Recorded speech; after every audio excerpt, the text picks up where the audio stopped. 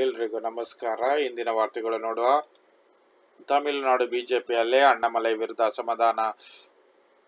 ತಮಿಳುನಾಡು ಲೋಕಸಭೆ ಚುನಾವಣೆಯಲ್ಲಿ ಬಿಜೆಪಿ ಶೂನ್ಯ ಸಾಧನೆ. ಕೆಲವು ಪಕ್ಷದ ಅಭ್ಯರ್ಥಿಗಳು ಎರಡನೇ ಸ್ಥಾನ ಪಡೆದ ಹಿನ್ನೆಲೆಯಲ್ಲಿ ಆಂತರಿಕ ಭಿನ್ನಾಭಿಪ್ರಾಯ ಬಹಿರಂಗವಾಗುತ್ತಿದೆ. ಅನೇಕ ನಾಯಕರು ಪಕ್ಷದ ರಾಜ್ಯಾಧ್ಯಕ್ಷ ಕೆ. ಅಣ್ಣಾಮಲೈ ಅನುಸರಿಸಿರುವ ಚುನಾವಣಾ ಕಾರ್ಯಯೋಜನೆಯನ್ನು ಬಹಿರಂಗವಾಗಿ ಪ್ರಶ್ನಿಸಿದರು.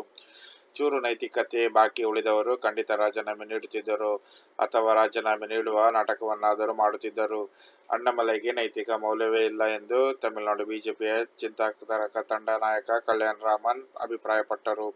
ಮಾತ್ರವಲ್ಲದೆ ಅಣ್ಣಾಮಲೈ ರಾಜ್ಯದ ಹಿರಿಯ ಬಿಜೆಪಿ ನಾಯಕರ ಪಕ್ಷಕ್ಕೆ ಯಾವುದೇ ಕೊಡುಗೆ ನೀಡುತ್ತಿಲ್ಲ ಎನ್ನುವ ಅಭಿಪ್ರಾಯವೂ ಹೊಂದಿದ್ದಾರೆ ಎಂದು ಟೀಕಿಸಿದರು.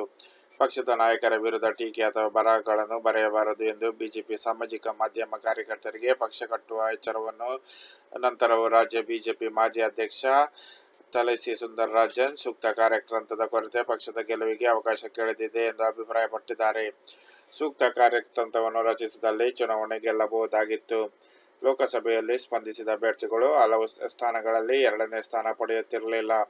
ಹಿಂದೆ ಉತ್ತಮ ಕಾರ್ಯತಂತ್ರ ರೂಪಿಸಿದ್ದವು. ಆದರೆ ಅಣ್ಣಾಮಲೈ ಅದರಂತೆ ಮುಂದುವರಿಯಲು ಬಯಸಿಲ್ಲ.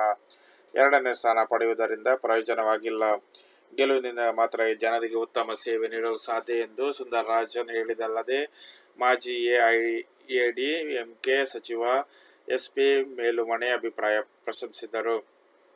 ಎಐಎಂಡಿಕೆ ಮತ್ತು ಬಿಜೆಪಿ ನಡುವಿನ ಮೈತ್ರಿ ಇದರಲ್ಲಿ ಚುನಾವಣೆಯಲ್ಲಿ 30 ಸ್ಥಾನಗಳನ್ನು ಗೆಲ್ಲಬಹುದಾಗಿತ್ತು ಎಂದು ಮೇಲ್ಮನೆ ಹೇಳಿದರು.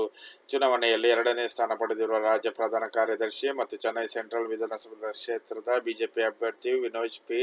ಸೇಲಂ ಎಐಎಡಿಎಂಕೆ ಮತ್ತು ಬಿಜೆಪಿ ಜೊತೆಯಲ್ಲಿ ಸ್ಪರ್ಧಿಸಿ ಕೆಲವು ಸ್ಥಾನಗಳನ್ನಾದರೂ ಗೆಲ್ಲಬಹುದಿತ್ತು ಎಂದು ಅಭಿಪ್ರಾಯಪಟ್ಟಿದ್ದಾರೆ. ಸಾಮಾಜಿಕ ಜಾಲತಾಣಗಳಲ್ಲೂ ಈ ಸಂದರ್ಭದಲ್ಲಿ ಅನುಭವಿ ನಾಯಕರಾದ ತಮಿಳಿಸೈ ಪಕ್ಷವನ್ನು ಮುನ್ನಡೆಸಲು ಸೂಕ್ತ ಅಭ್ಯರ್ಥಿ ಎನ್ನುವ ಚರ್ಚೆ ನಡೆದಿದೆ.